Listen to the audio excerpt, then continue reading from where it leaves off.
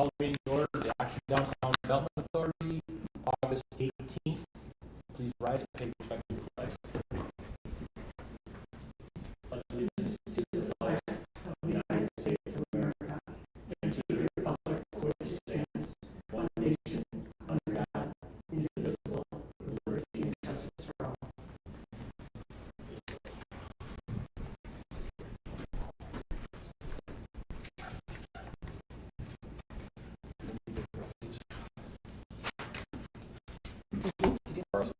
Oh, wait, what was that? Oh, okay. Okay. Scott Taylor. Jay Chow. Here. Melissa Cornels. Here. Jacob Nicosia. Here. Ashley Ross. Here. Marie Powers here. Rod Chair, Charles absent. Pete Schultz. Here. Any public comment on non-agenda items? Seeing none. Consent agenda, approval of the proposed agenda. I'll make a motion to approve the agenda as written and approve the meeting minutes from July 2025. I'll second it. Moved by Powers and seconded by Cornels. All in favor? Aye. Opposed? And consent agenda, B, C, and D. Oh, you did. Yeah. I'll make a motion to receive and file agenda items 5C and D, the police report and the enforcement report. Support. Moved by Ross. Supported by Nancy. Any comments? All in favor? Aye. Opposed? No. No, that's the next one. That's second. Financials. Motion to receive and file bills 6B in the amount for July 2025 in the amount of $30,691.89. Okay. Roll call. Melissa Cornels. Present. Oh, sorry. Somebody second that. Sorry. Okay. Melissa Cornels. Yes. Okay. Scott, Jay Chow. Yes. Jacob Nicosia. Yes. Ashley Ross. Marie Powers. Yes. And Pete Schultz. Yes. Can we receive and file A? Or is that the first one? 6A. I believe so. Sound like it. Number 7, the DDA report, the board committee report.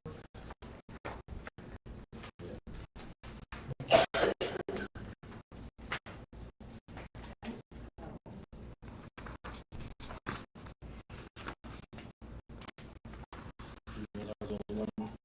That's the I get it. board committee met.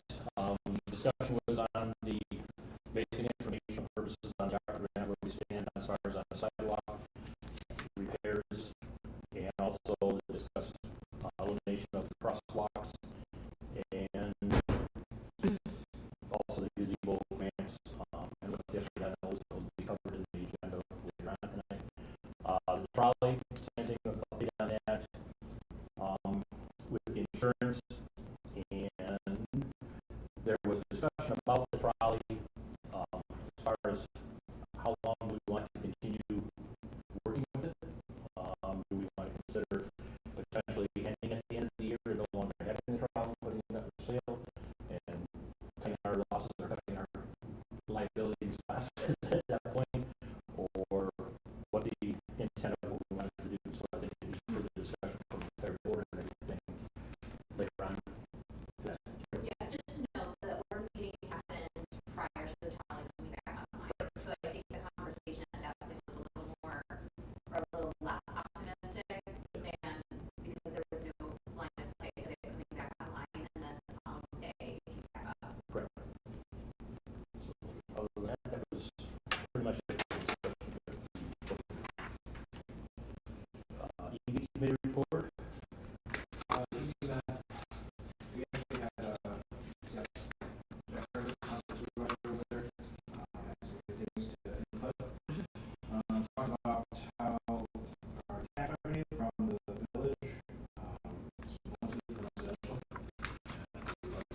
I see that swing a little bit towards 50/50, and he offered some good incentives to business owners and land developers, talk mainly about how our DDA is Main Street accredited. That's a big accomplishment.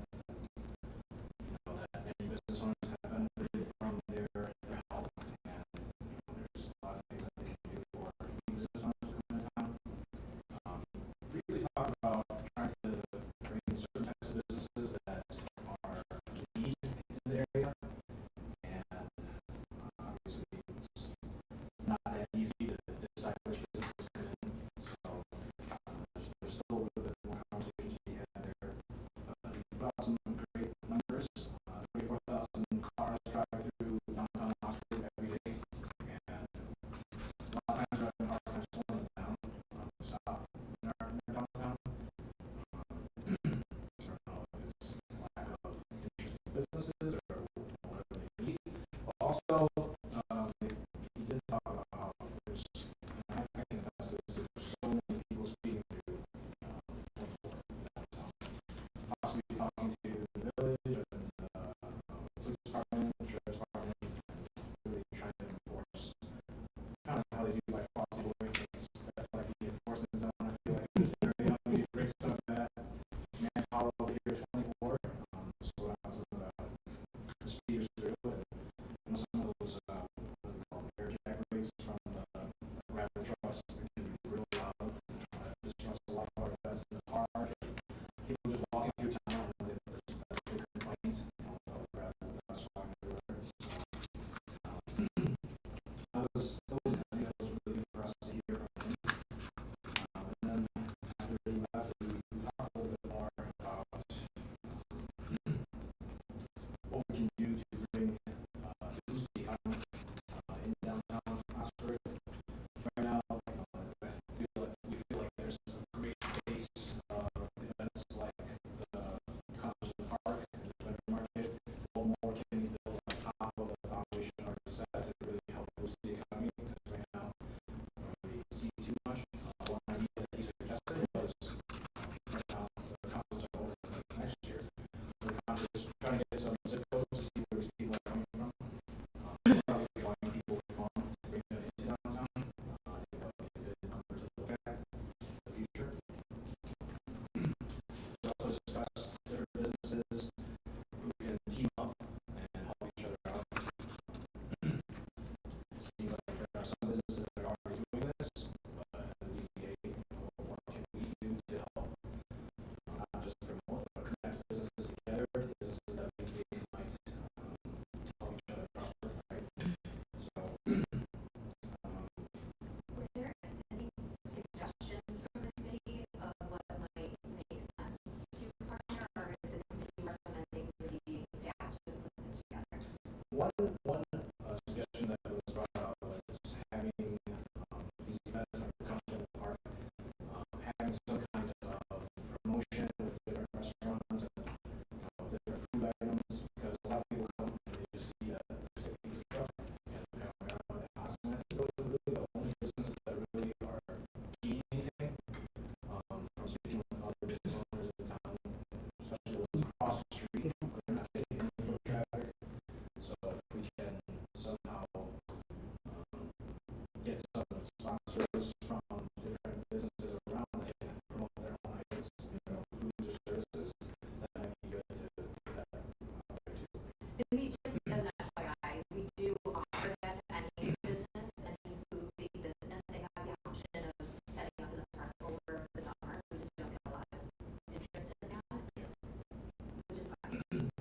But we have had conversations for next summer if we want to have food, like food outside of the working order at the park or at the concerts.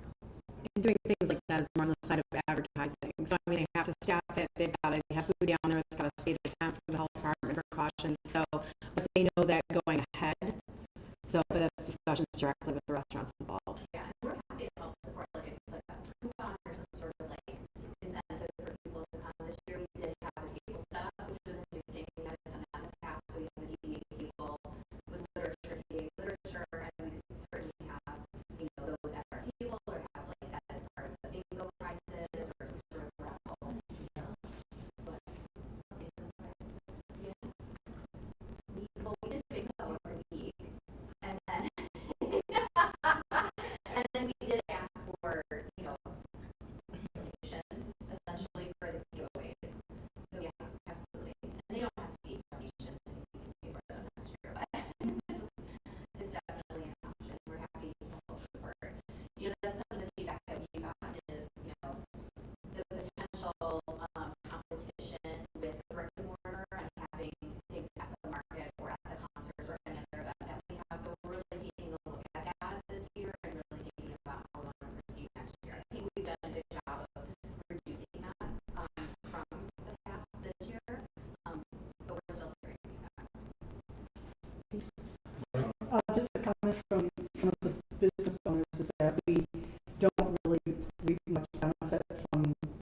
events that are free in a park because people tend to just fly in, fly out, and, you know, there's really no activity at the businesses downtown. So the committee was discussing ways to try to do either something that was ticketed at a business, or some way of generating revenue for the Was that brick and mortars. like in the same night as the concert or separate? As a separate event. Yeah, and I think that's something we talked about. We were talking about it in promo. We'd like to do something different in 2026, especially in Q1. The smaller events that we've done historically just are not bringing the traffic, bringing the sales in. So we were thinking about a potentially larger ticketed event in late January or February. Last thing I said over, the committee wants to explore more grant opportunities, and that would be something that we could continue doing year round. Just explore the grants, fund, all that we want to do. And we have volunteers getting ready to. Caveat to that. I think volunteering Kimberly is a great way to go, but I know in the past, like when it's on EV, Kimberly doesn't necessarily have all the time. So like Kelly and I used to just sit and write it together. And so I think it can't just all of the elements can't just be done. I think that's part of what this committee needs to do is can help identify, but if the committee can help write or start or send stuff even my way or whatever, I think it needs to be collaborative because if you just put all that on him, that's like Your names have come up, Ashley. I know, but I think that's a lot. I mean, I don't have time to necessarily, We recognize but I that, mean, yeah. like that's a big.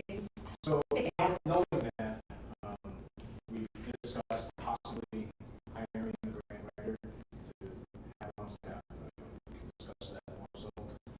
But one example was paying somebody $30,000-$40,000, paying $200,000-$300,000 for grant money every year.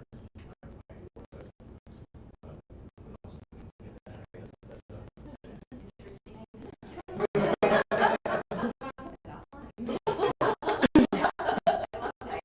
One thing I will note is really quickly, not to interrupt, but there is, and we can explore that, but there is a resource through Oakland County Main Street, and his entire job is to help businesses in Main Street. So I would imagine we would be part of that, identifying grants and helping to write grants for those businesses. I would need to do a little bit more exploration to see how much that really would look like.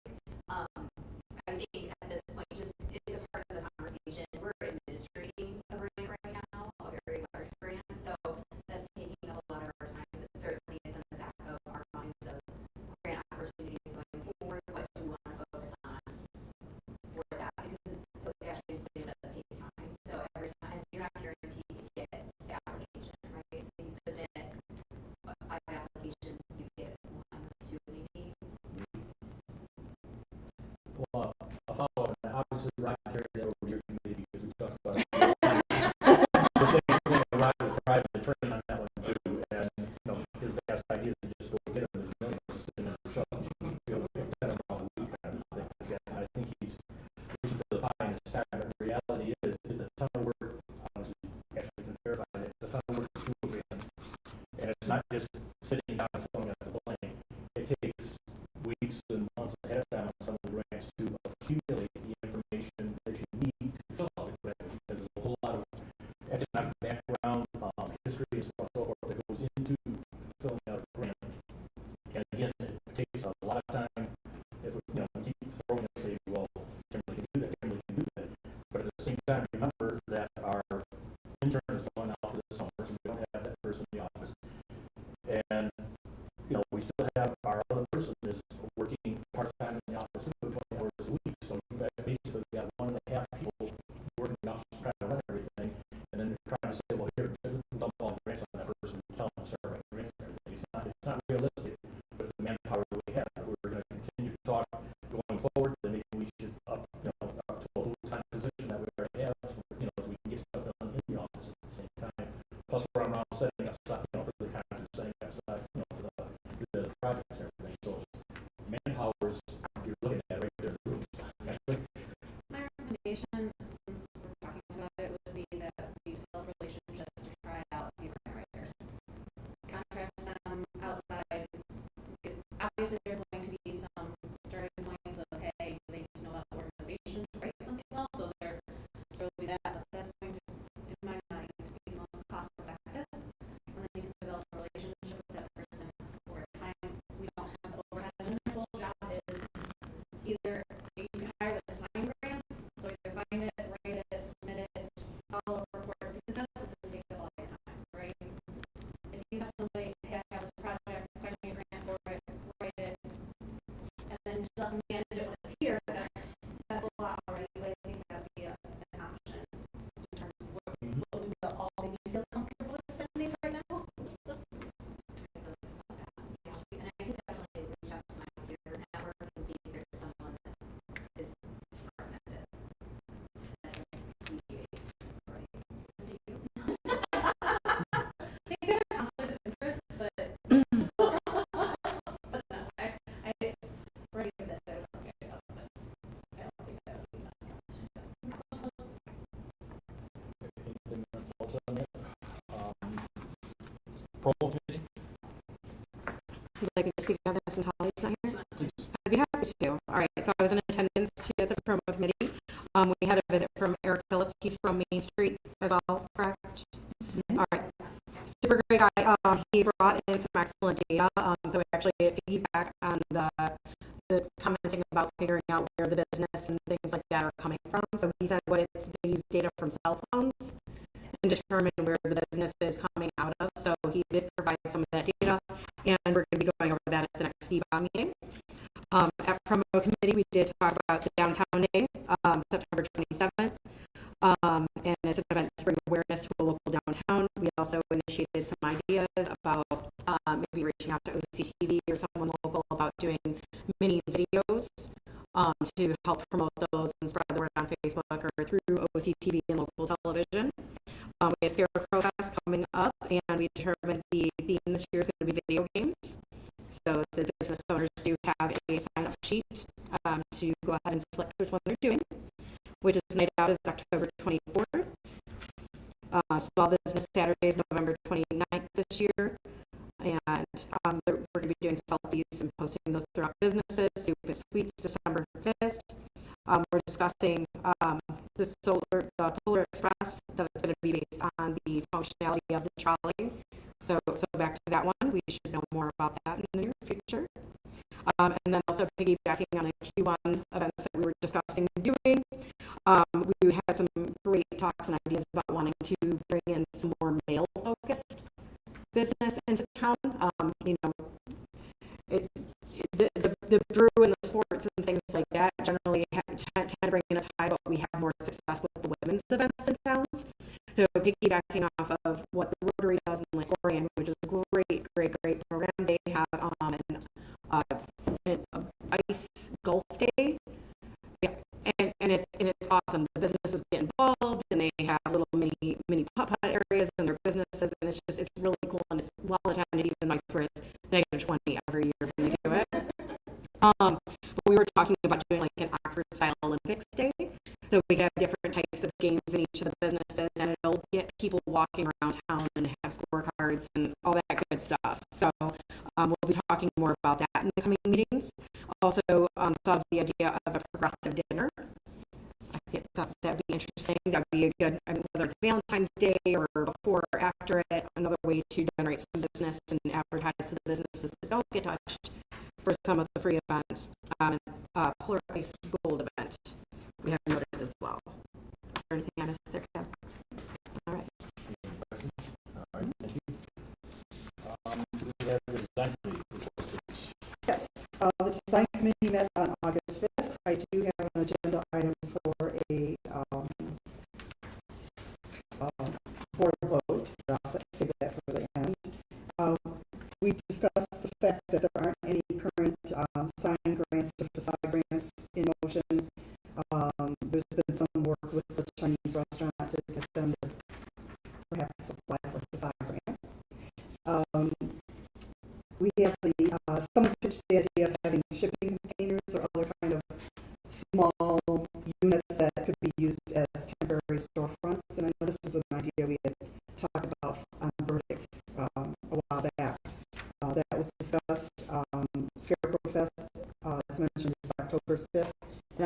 we have a decor day planned already, but that was an open agenda item that we captured. I think we were talking mid-September, but I don't think we Okay. said that. Okay. We're gonna wait till you're back on the truck.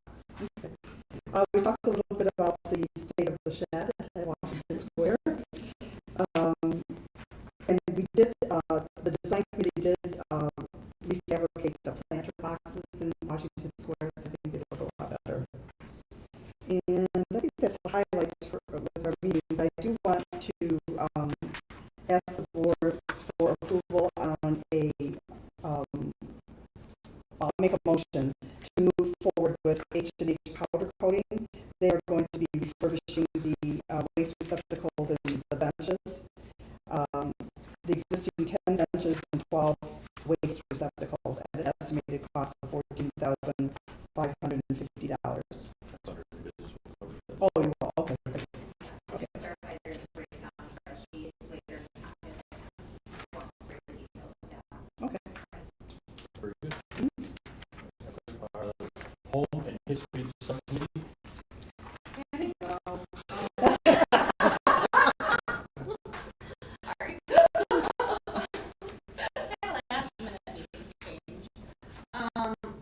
Holly and Rod have been sending me a ton of items for the state marker because we were missing a few items, or they requested more information. I shouldn't say we were missing. They requested more information, so I have it on my calendar tomorrow to sit down and compile all of that and make sure that we are missing anything. I'll send that back to the state. So the mural, last time we talked to the board, was a non-starter because we weren't going to be permitted to have access to the roof. We are rethinking the RFP. Look at Kimberly Manager preparing an RFP. We're preparing an RFP. That's a great first job for our new consultant. I sent a template that I used for the last mural I did for an RFP that I think will cover most stuff, but I think we should just get maybe Joe to look it over real quick as well before sending it out. And it would be using a cherry picker instead of doing any scaffolding. And just see what we get. I think that's kind of the starting point because we don't even know what we'll get at this point with understanding, and that person would also have to carry their own insurance, meet all of the requirements that we would for the village, be able to get that equipment there. So there's a lot of intricacies. So last time was kind of DOA. Now we would like to revive it, put out our RFP and see what we get. Historical places tour. Now that's trolley. Okay. Village 150th. That's kind of the next steps after we get through this next kind of last summer push is to start preparing for next year. Joe, do you know where the time capsule is? I think there's one in the park, there's a little pilot in front of it, and I believe there's one in the old state here.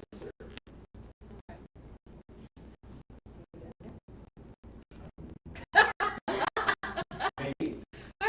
So I believe that was true, I think it's Central Park, it was last. On the red ground, covered the park, I think. That's I believe that's the good show we had.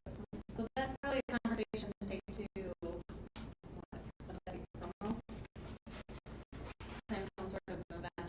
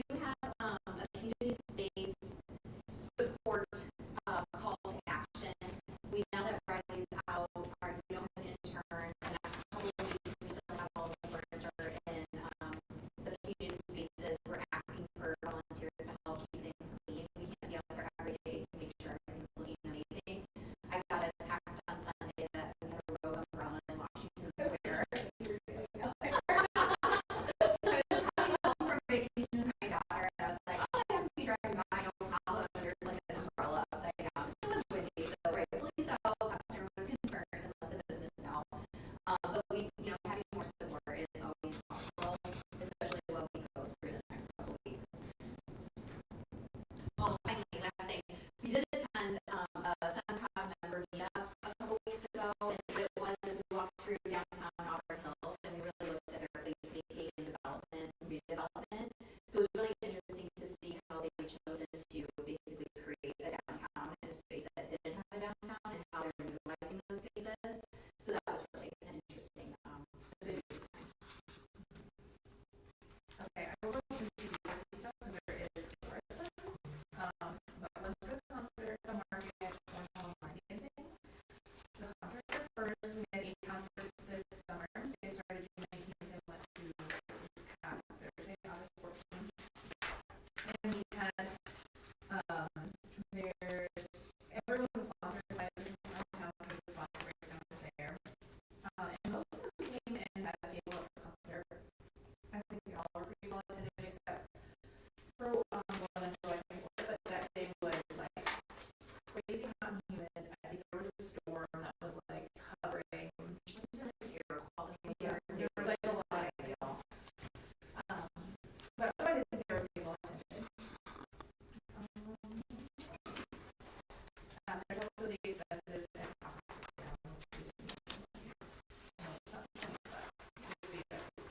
And I think just something to note, this is the first year that we're actually really putting analytics around these events. So I did my best to pull data from last year to try and compare it as much as possible, just to get a general idea. Obviously looking into next year, we'll have more apples to apples type comparisons, so we can see, when we're spending money. I think there might have been an understanding in the past that these concerts were fully funded through sponsorships, and we don't know that that's quite the case. But the return that we get could definitely, overshadow that. It's just we want to make sure that there's transparency there with information on how the money is being spent and what's coming in and coming out. and this needed to go for every concert. People loved it. So we might hear it. It was awesome. I didn't know we were going to go. It was so fun. Yeah, It's a big over. I so popular. But there's a election every week, like early free girls, take concert. So Interesting comment. Yes. I really, really appreciate this. I understand that we don't have, measures from last year. Just briefly, we spent $7,200. Just 20 cents per person. I think at some point, 20 cents a person getting them downtown, that even if somebody, that's from our expenses, not everyone's going out and buying something, but I feel like there was, I don't know if there's a way to even do it further out. There has to be that's a good ROI, I would imagine. I can tell from the social history costs that we saw that patronizing narrow, and so. any other comments or questions about concerts? The next is the market. It went a little bit later, so it started Thursday, July 10th, and went to August 14th. Vendors, it was $150 for the whole series. And we had a sponsorship from Grace Life. They sponsored the whole market, so then we gave them a spot in the market for that. And they were there almost every week. This last week they weren't due to staffing, but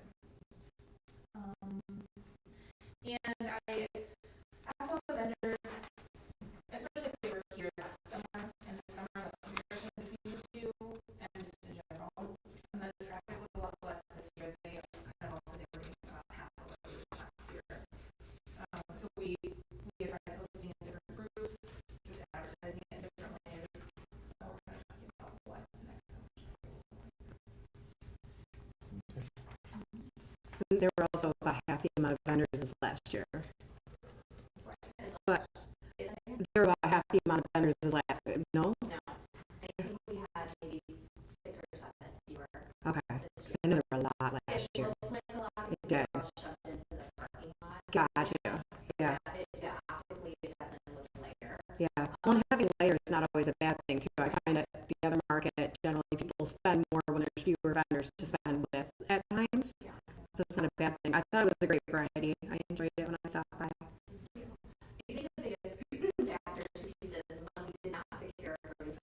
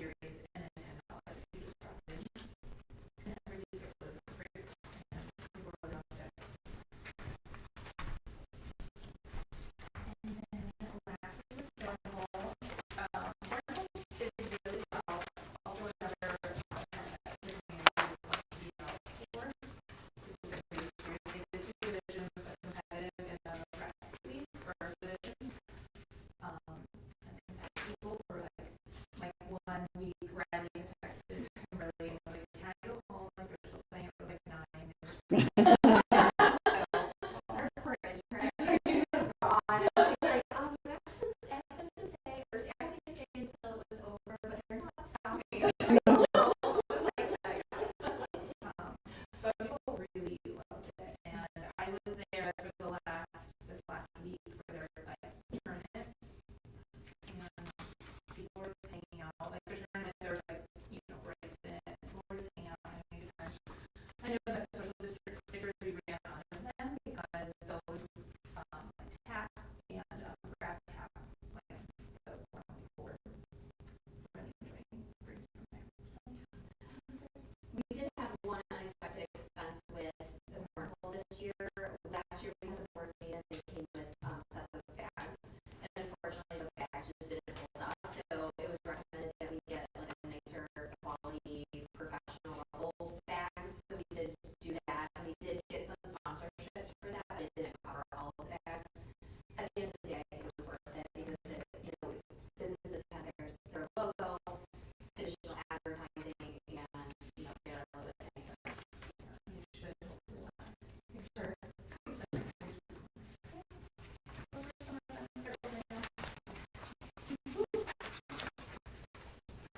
Thank you.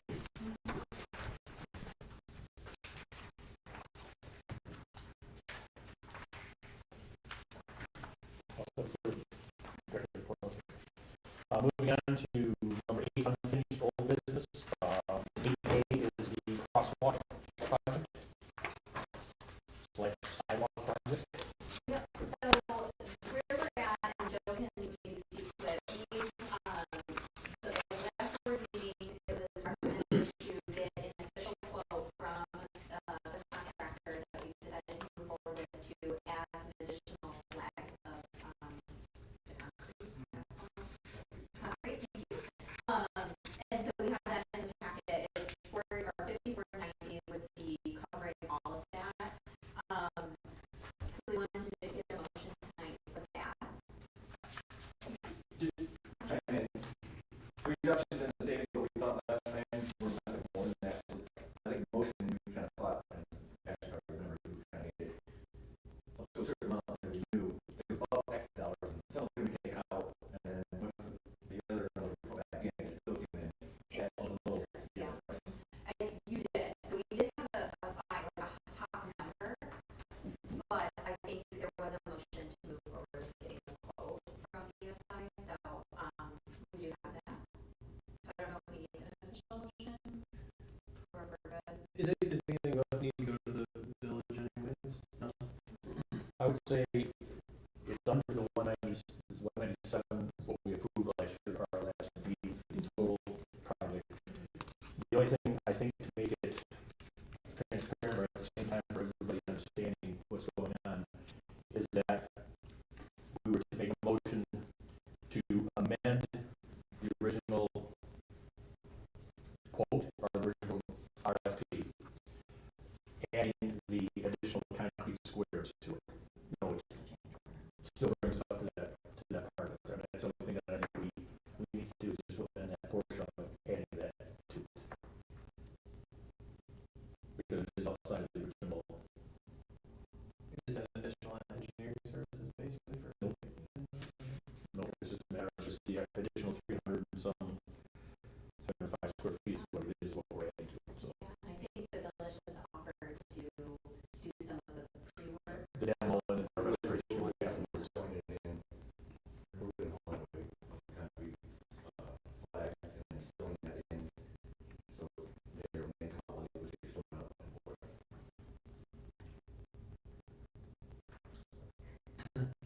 Well, I don't know. Do we have an amount? I mean, the way that I feel about it is that I think it is a safety concern having a meeting right there. So I'm for it. So I would.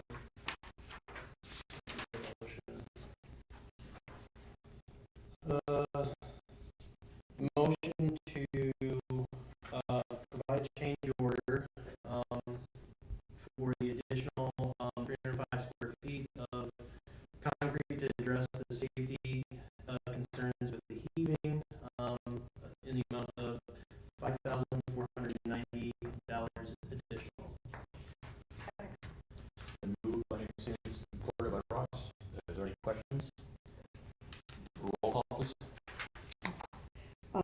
Pete Schultz. Yes. Marie Powers, yes. Ashley Ross. Yes. Jacob Garcia. Yes. Jay Chow. Yes. And Melissa Knowles. Yes. Thank you very much. While we're at this part, are we still waiting for Roy to get back with us with the updated portion of that? So we're going to send an email today, want to know where we are, so. Yeah, obviously we allow us time to that's like a plan so that we reduce cost from the original estimate. Well, I don't have a number yet. Much less than what original plan approved and run it. And then I think Tim's looking from Birmingham Super Code then as far as the updated whatever for his contracts we can proceed. Yeah. I don't know if you already did it, so hopefully. Because they were looking to do this when. He didn't say. Yeah, I think we get August, maybe middle of September, you talk about September, they were bringing back themselves. Yeah, I don't, my understanding was that he wouldn't be able to give us a date until he got all of the stuff. So we'll have a ballot and get it on contract right away so they can sign it. They'll know. I sent back a spreadsheet with the number of funds into it, but I need to provide it with the dollar amounts. So we have that. It will be less outside role for the lots of getting involved. And we could just have them in place. So they can sign it, get signed. Okay. Very good. Moving on to 8B, is the Eagle Plan update. Yes, the bids are out, they are coming in on Wednesday the 20th. So we should have more. I think we have on here, about a special meeting. I'm suggesting that once we get the bids in, that we host some sort of special meeting either later this week, probably later this week, so that we can just make a decision on if we want to move forward with these bids, if we do there's a phase 1 and phase 2, if we want to do both. My concern from a timing standpoint is I want to make a decision. I have to kind of go in through our prior grant application, make the corrections of what we're doing differently, send that to Oakland County. It has to go to some sort of committee, then that committee takes it to the Board of Commissioners, and that has to be approved before we can officially move forward.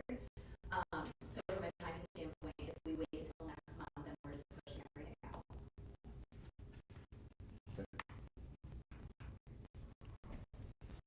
Good.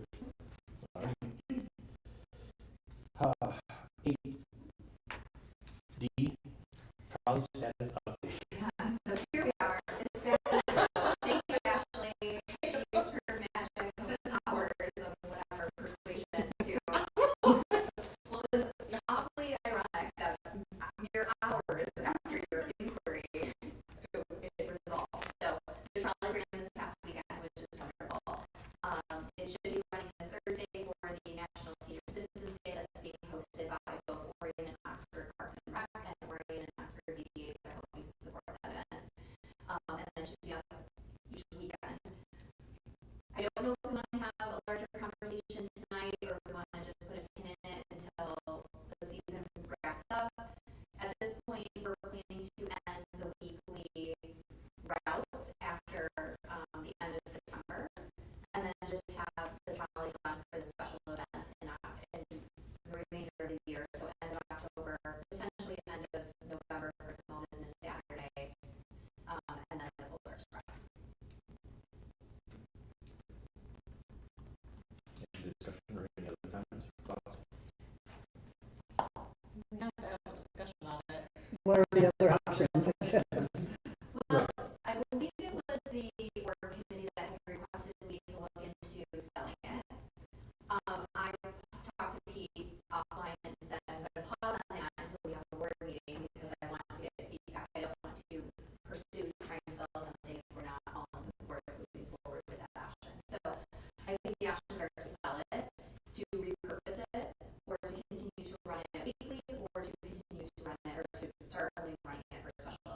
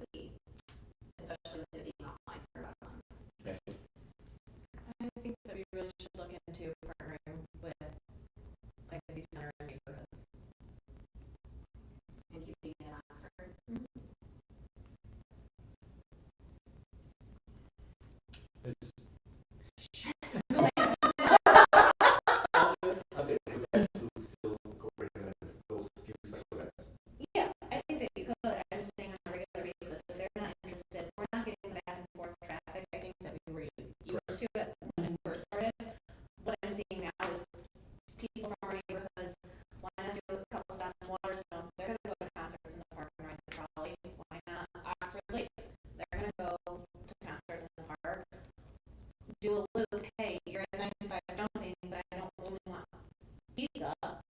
Let's hit downtown and go to homegrown instead afterwards. Like, those are the types of loops that I think will keep people going and still in the village, but we know most of our people aren't necessarily coming from the village, they're coming from the township, or, you know, the Oxford Lakes, which is a village, but that's not always necessarily walkable for everyone either.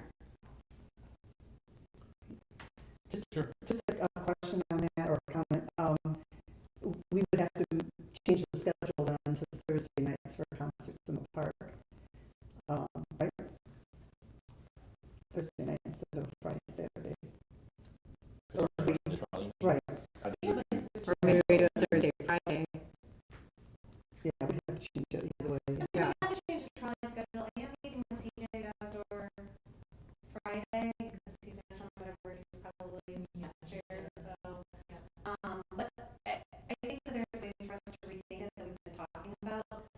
It's clearly, like, if it's an event-based thing, if that's what Oregon's interested in, I don't think that we need to necessarily get rid of it. But if we look at branching out and see then, okay, we have any partners at Legacy Center that might want to sponsor it, or maybe we look into something more reliable than our current trolley, that if it, or try it for a year and see if that works, and then look into investing in something much more. Yeah. We just like to keep the focus on helping the businesses though, Yeah. so that we're not just providing a free shuttle and people stay in the park and listen to the concert and go home. No, You know, and because then that's just Yeah. defeating the And from a purpose. financial standpoint, if we're no longer sharing costs with a partner, and then we are now responsible for the full cost, that's going to change our budget. Because at this point, we're spending half of the total. We would be spending probably 80 to 90% of that total. I also think we could get different sponsors if we make a couple different, one or two more stops, gives us very different sponsorship opportunities. If we're stopping at the Legacy Center, it would likely be at an exchange, I'm sure. They wanted the trolley there for some time. I think as far as not, and we discussed it at the org committee meeting too, Scott and I both raised the question that I don't think feasibly we can end it right now. If we've already got sponsorships that have been paid, and also agreement with Orange, whatever, and both of us were more inclined to say, hey, let's finish the season with what we have sponsored, and look real hard at, at the end of the season, say, come December, okay, let's now have a hard conversation or more ideas or whatever back and forth, so. Because it'll be all fine from mid-December to mid-March, potentially. Yep. Although we do have heat now, so that could change. I'm very excited. It's the small ones. So at this point, I would say more discussion to follow as the season plays out. But at this point, we just continue on until the rest of the year, and then we take a look at it at that point. Okay. All right. 9B, or 9A, excuse me, new business, special meeting for updates to ARPA application. So I don't know if people have their schedules now. I'm wondering if we could meet Thursday. And it's easy, right? Or you have to be in person. So that doesn't give a lot of people the business do on Wednesday. I don't know what time. Do you know what time? Depending on, I think, Okay, I'll double check. yeah, sometimes it kind of clears and that's not clear how they lay out there.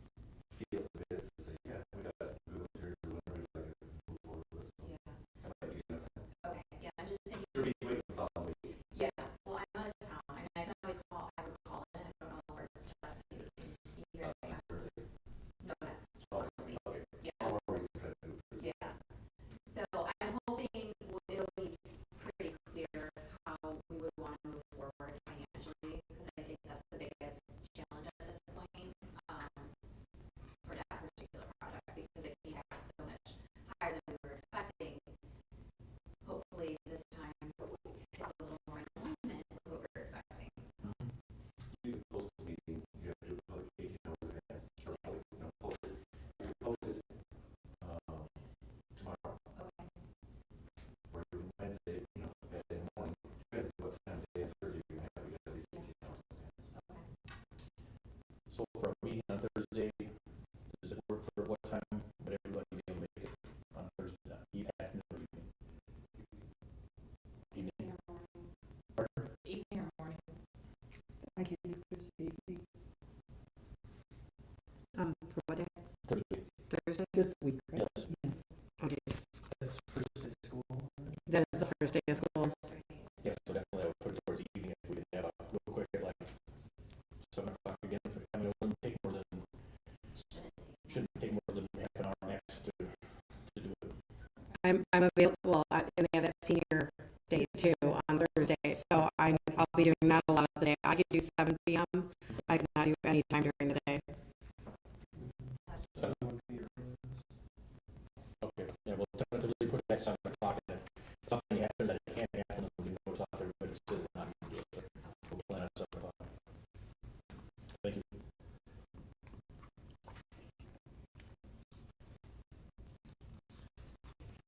Nine B, trash can and bench restoration quote approved. Maureen? Let's try this again. Pretty spoiled the surprise.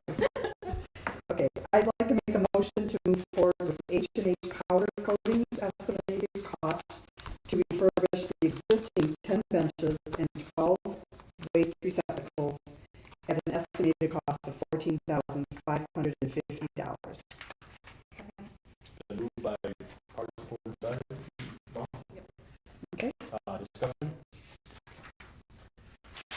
Are we still talking at the end of the year or during the winter months to do it? Yeah, I'm thinking after students leave, I talked to Rudy today, and he seems in support of that timing, to have anytime after students leave over, and then bring them back March, mid-March to end of March. So that's plenty of time. So then they'll be storing them during the winter too. Okay, roll Any call. discussion? Yes, roll call, please. Okay, Ashley Ross, Yes. Jacob Nixia, Yes. Jake Chap, Yes. Melissa Canillas, Yes. Pete Schultz, Yes. and Marie Powers, yes. And thank you for taking care of the legwork on all that.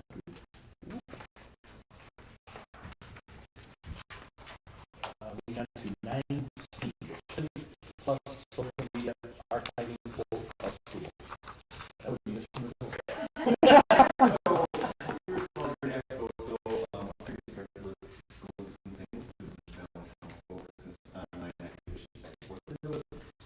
Screenshots of being taken on social media and things like that.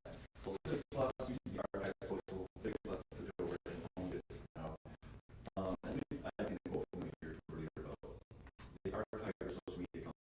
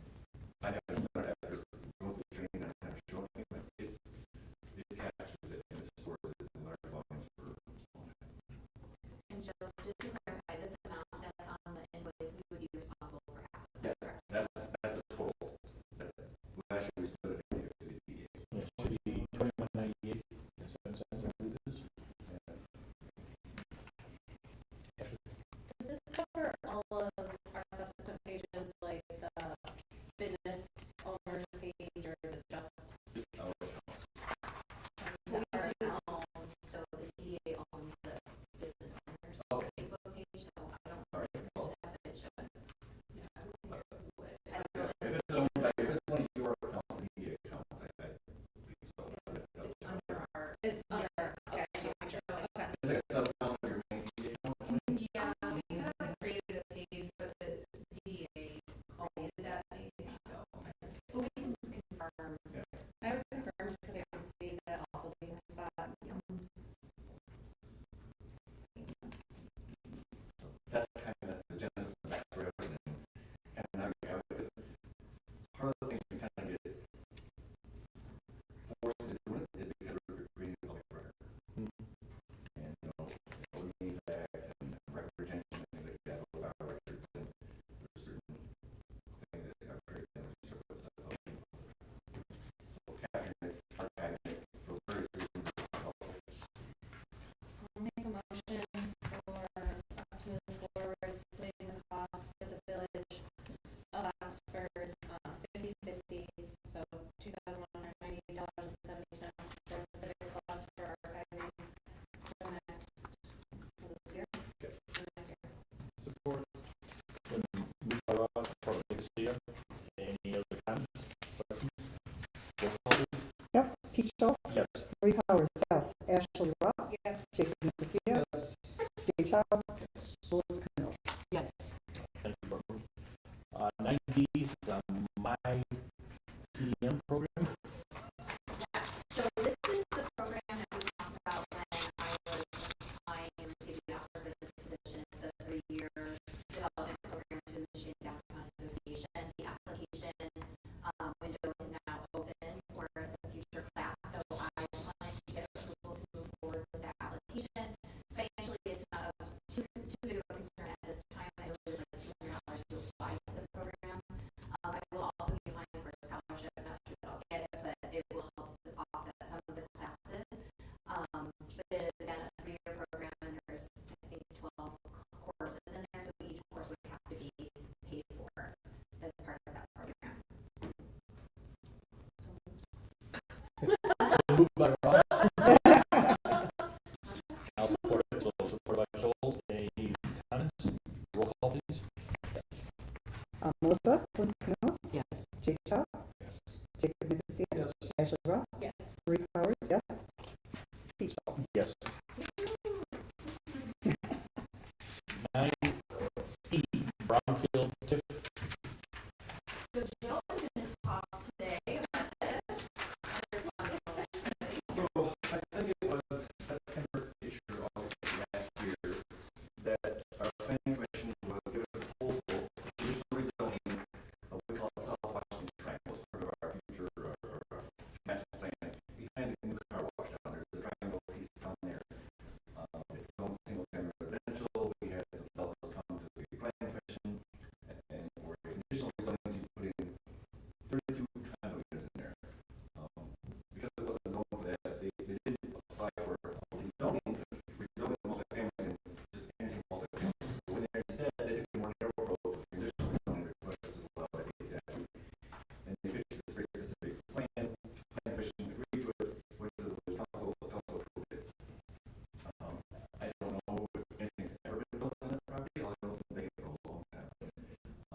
And years ago, this DDA was outlined and put together. They wrapped around that vacant piece of property in hopes of sure down the road it would be developed and that would provide some additional tax capture revenue. And so that project was approved as the owner began to look into it and the cost and the financing and of course running the infrastructure, sewer, and water down Lake Street and up Canyon down the side. Those costs are large. Then they became aware, I didn't know about it, they became aware of a new TIF program the state of Michigan has. It's called Brownfield Residential TIF. If you're familiar with all brownfield, it's more industrial, old industrial sites or contaminated sites that they call brownfields, kind of what they are. And you do clean up and there's certain years of tax capture that you go to benefit the developer or the goals of doing all expensive cleaning up that site development.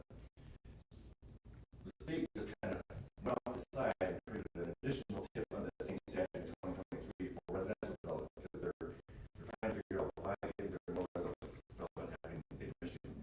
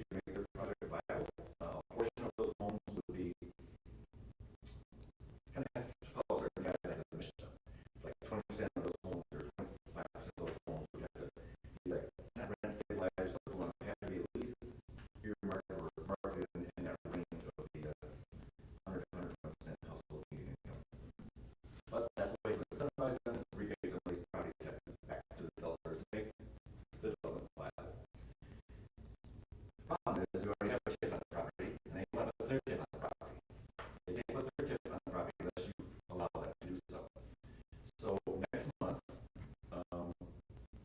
hopefully there'll be some agreement here to this DDA board to consider allowing you to kind of put your TIF in advance or off the side for 15 years, let them do this development. And in 15 years, they will get that tax capture. Once their TIF expires, it goes back to the DDA, and it's 32 units of condos. Now, with 15 years of appreciation on top of them, go back and be the capture going to the DDA. The council looked at one resolution of support to do it ourselves, and one, I think, you guys at least check on this. We just got this, I think, over the weekend, or after maybe Friday.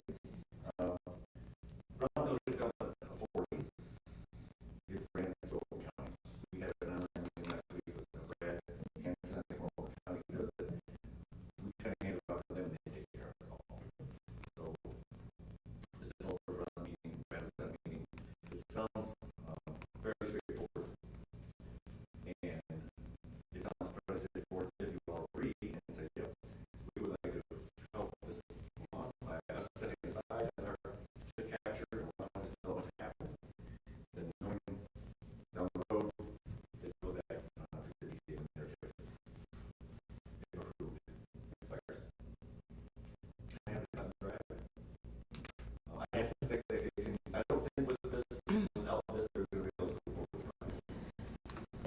The only issue I have with this particular resolution is it says outline the plan, but I don't think we've all seen the plan. And so I know we talked about 15 years, I think everything makes sense.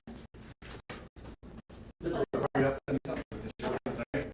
So Is next this, month we can get maybe more fully fleshed out. I think that's Yes. something that Yeah, we all absolutely. like to see, but You have to. Is it the plan by design costs for Oxford townhouses? Yes. Yes, that's the plan. That's the building plan, but there also is the problem with the authority plan perhaps as well. So we don't have all the pieces yet. So tonight this is like a heads up information. This is kind of where it's going next week or next month. We would hope to have all the details to you for consideration at the regular meeting.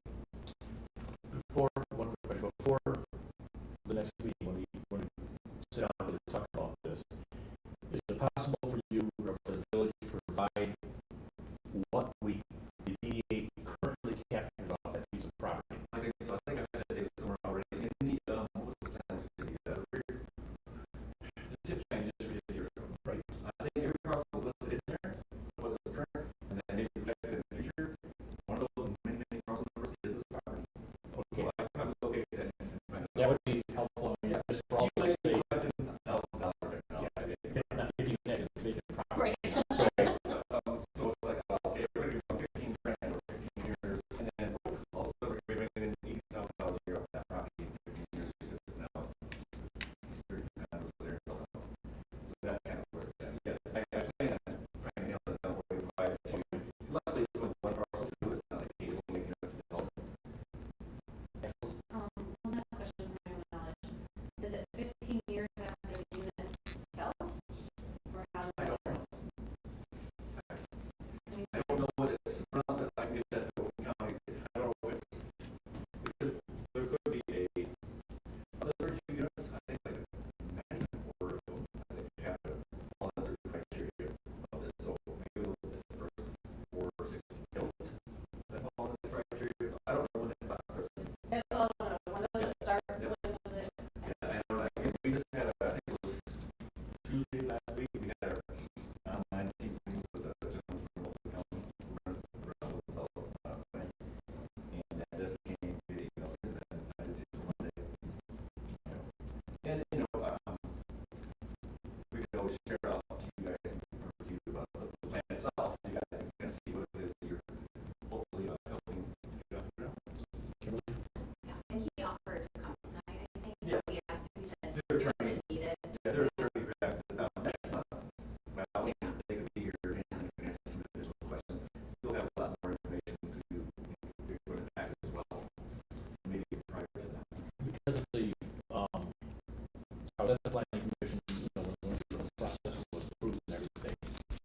And at that meeting, he stated that pretty much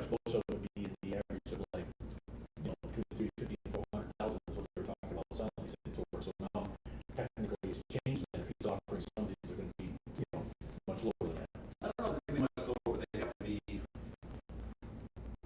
within a certain range. Because as you build out a project, let's say, also 2 years, let's say it's a year down the road and they build 8 of them, and it's because it takes kind of over 10 of them. And then next year's ones are 450, and next year's we got 5 more left that are 500. There has to be some that come in at a certain cap range and have to kind of stay there. Some format, I'm not sure how, but I was on a mission thing about a year ago. With other examples they've done around the state, but Michigan's involved. They're involved with this as well. The question that I had, and I don't know if it's nice tonight to have the conversation, but do we anticipate any other developments looking for this same? I would think so, because it has that bad. That's what I'm wondering. So I think this is a pretty big decision because I think it sets the precedence going forward of what we will or will not allow. And the TIF program is explicitly for residential. Because at that business meeting, they said the question was asked to developers, why do we build $275,000 homes in Michigan? And the developer's response was, because it costs $100,000 to build. And I'm like, okay, there's a problem. How can we find a way to put the program together to get those kind of homes built? So that's how it stayed from 2023 this came around. The other one that potentially could fall in the same category is the angle. There is no hurry to do it in the year. I wish they could knock it down soon, but they're really busy this time of year. I think it'll be demolished here in the summer this fall. But that would be the only other one. I think it would be, again, number, give up 2 potential ones. You've got a piece of property on North Doctor, North Class 2, The other one, right at Pollyant Trail. yeah, Bisects the township also, and you got the property out on Lakeville Road. yeah. Right now, nothing is still. Well, nothing was happening. So that's kind of where that's what the state's at too, I think.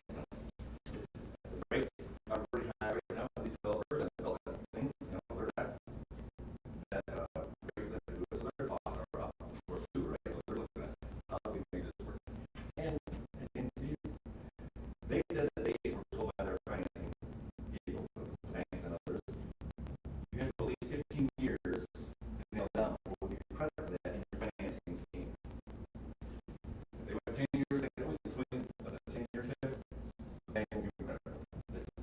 So the 15 is the minimum that the bank will give them credit into it. They don't want 20 or 30, which the statute allows. So they're going for 15. That's what makes it still. Okay. So yeah, so that's maybe we'll just we'll put it as up as less than a week away this meeting. Hopefully September we'll have a lot more information. Thank you. More follow that. Number 10 on the agenda, any items removed from the consent agenda? There were none. Board member comments? Melissa, you can start. No comments. Great. Trying to think of something. It was great. We had up for concerts in the park. Thank you for the data. Yeah. I'm curious to hear how you guys got that data. I'm excited. Just carry on and looking forward to the Scarecrow Festival. That's always a good event for the downtown. A great job on concerts in the park. People around town have really been talking about it. So, good luck to everyone with youngins. Starting school this week. Get all your school shopping done. Get them waking up early. That's the fun part. So much fun. I remember that summer is amazing. You all did have it's such a fabulous job. It's great work. Yes, I've been hearing from a lot of people, things that have been on the other Oxford, and went to some of the concerts, and it really was great to see hundreds of people, families, kids running around, and I think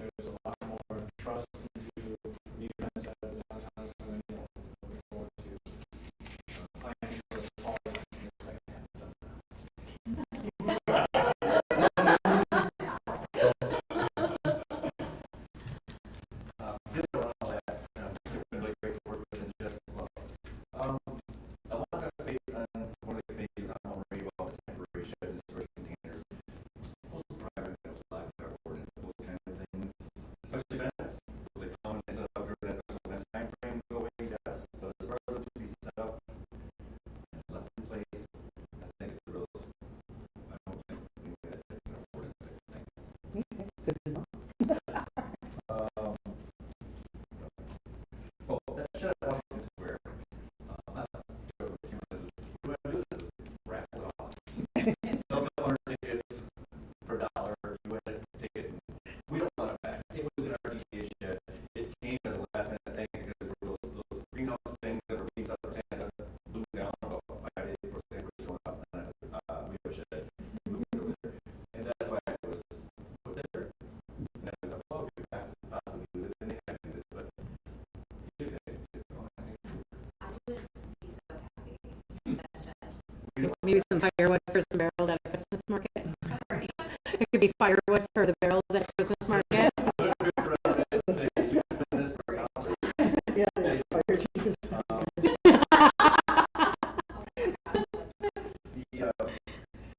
party shop out of 18 South Washington, whatever, they applied for a down payment about 3 weeks ago, and of course I went back with all kinds of things that we need from them first. I got an email from them Thursday, Friday, of the weekend. They're hoping to get back with us. They met the owners of the, we started a demo, met with the owners, they want to meet with us. Actually, tomorrow we're going to see if they're kind of all their eyes that are keys across and things like that. So hopefully they come back and solidify that plan and we should have permit for that. The gas and electric of it is kind of first. Now we just make sure the plan take it down is good work. Pardon? No, They talk about it. they talked Yeah, we let them know. You have to, they talk to you when they did it here. I think we don't think we approved it. I have to look through it. Are you ever talking to them about it? I don't think we do anything right now. We, I thought we did too, because I remember you talking about all the dust. Yeah, we did. They said it was an email printout for their request, that it was approved. So nice. Yeah, but anyways, hopefully we'll be back in this week. We'll get some more traction on that. very good. Thank you, Jess, for the information. That's something we talked about way back at the beginning of the year as far as before budget and everything, trying to do an accurate budget when we had a lot of items that we had unknowns on as far as trying to budget around and everything. So hopefully that clarifies it going forward. And again, with all the events that we host and everything, you know, are they a true just nothing but a money hole that we're just losing money on ever doing it, or are we benefiting from it, or is it just people coming down for, you know, a meeting of fun in the village and going back home, or not stopping and, you know, stopping at Marie's and having a beer or something like that?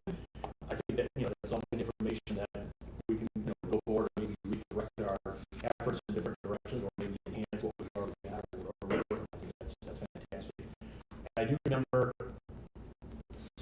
last year there was information put out about from the county that they already do capture that money or that information out as far as the cell phone data, who's here and everything already, so we should be able to pretty much So we can't, unfortunately, their access at the county, they no longer have access to that system. SEMCOG does though, and I'm having some difficulty in figuring out who I need to request that from. we have a board member who's a member of Representative Semcott.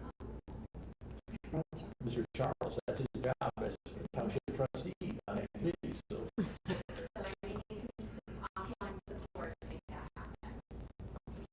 But he was also on EV when we got